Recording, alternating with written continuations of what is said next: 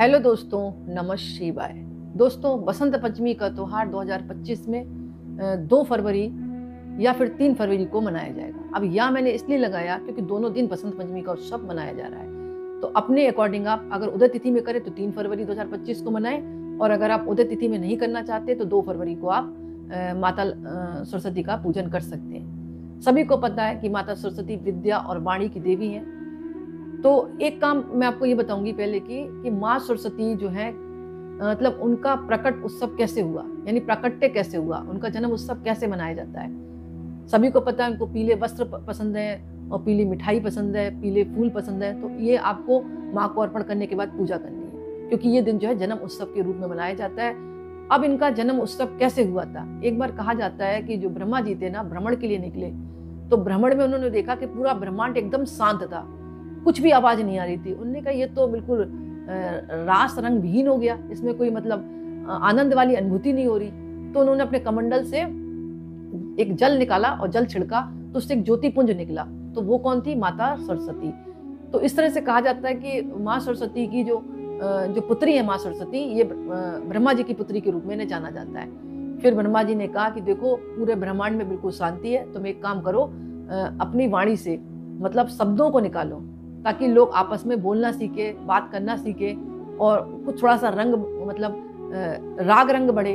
तो माता सरस्वती ने कहा ठीक है, क्योंकि ब्रह्मा जी उनके पिता के रूप में हो गए।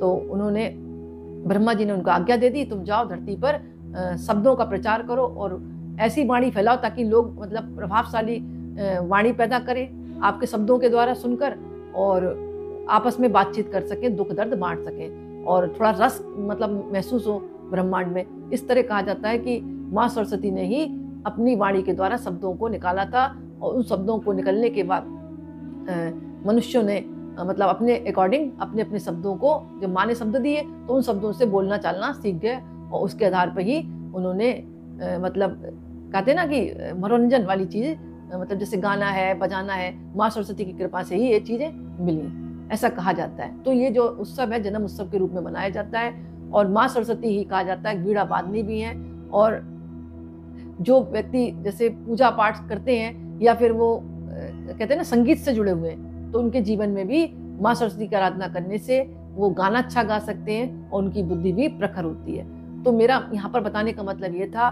कि माँ सरस्वती ने ही अपने शब्दों के द्वारा ब्रह्मांड में रास और रंग बढ़ाया, और वो किसके कहने पर बढ़ाया? ब्रह्मा जी के कहने पर, क्योंकि ब्रह्मा जी ने अपने कमंडल से इनकी उत्पत्ति की थी जल छिड़कने से, और बहुत तेज पुंज में निकली थी। फिर उन्होंने उनसे पूछा कि धरती पर आपने मेरा जन्म किस लिए करा है? तो उन्होंने कहा आप धरती पर जाकर शब्दों को बताओ, ताकि लोग जो है उन शब्दों के माध्यम से बोलना चालना सीखे और थोड़ा सा आनंद मतलब महसूस करें, क्योंकि शब्दों के माध्यम से ही गाना गाएंगे, वो शब्द ही नहीं आ रहा है, बिल्कुल शांत वातावरण पड़ा है। तो इस तरह उन्होंने माँ सरस्वती का जन्म उत्सव के रूप में ये दिन मनाया जाता है। इसके अलावा मैं आज आपको बताऊंगी कि मेष राशि वाले जातकों को बसंत पंचमी के दिन लाल चीजों का दान करें, और क्योंकि इनके स्वामी मंगल हैं, और जरूरतमंदों को लाल वस्त्र दान कर सकते हैं, गुड़ दान कर सकते हैं, लाल धातु जैसे तांबे के बर्तन है इनका दान कर सकते हैं। इससे कुंडली में उनकी मंगल ग्रह की स्थिति मजबूत होगी, घर में भी सकारात्मक ऊर्जा बनी रहेगी। वृषभ राशि वाले जातक का जो स्वामी है वो शुक्र है, तो सफेद चीजों का दान करें, जैसे सफेद अनाज है, मिठाई है, फिर कपड़ों का दान कर सकते हैं। इससे भी उनके जीवन में खुशहाली आएगी, शुक्र ग्रह मजबूत होगा। मिथुन राशि वाले जातकों को हरे वस्त्र हैं, हरी सब्जियां हैं, हरे अनाज है, मूंग की दाल का दान करें। इससे बुध ग्रह उनका संतुलित होगा और उनकी बुद्धि में भी मतलब प्रखर तीव्रता आएगी। कर्क राशि वाले जातकों को इस दिन सफेद वस्त्र है, चांदी है, खीर का दान करें। इससे उनकी कुंडली में चंद्रमा ग्रह की स्थिति मजबूत होगी और मानसिक शांति मिलेगी।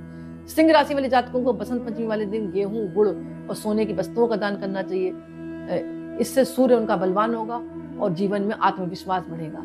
कन्या राशि वाले जातकों को बसंत पंचमी के दिन हरे फल हैं, साबुत मूंग है, पुस्तकों का दान करें। इससे उनका बुध ग्रह संतुलित होगा और विद्या उनके जीवन में जो भी विद्या ग्रहण कर रहे हैं उसमें तरक्की मिलेगी, उन्नति मिलेगी, उनकी विद्या पूर्ण होगी। इसके अलावा तुला राशि वाले जातकों को गुलाबी चीजों जैसे गुलाबी वस्त्र है, इत्र है, चीनी का दान करें।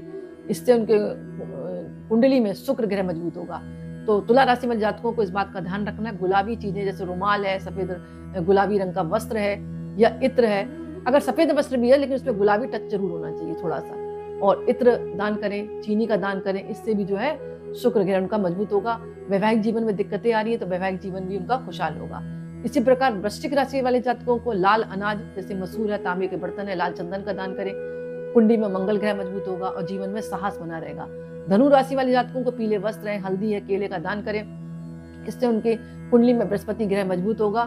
और साथ ही साथ माता सरस्वती का पूजन तो करना ही है, पीली वस्तुएं माँ को चढ़ाएं।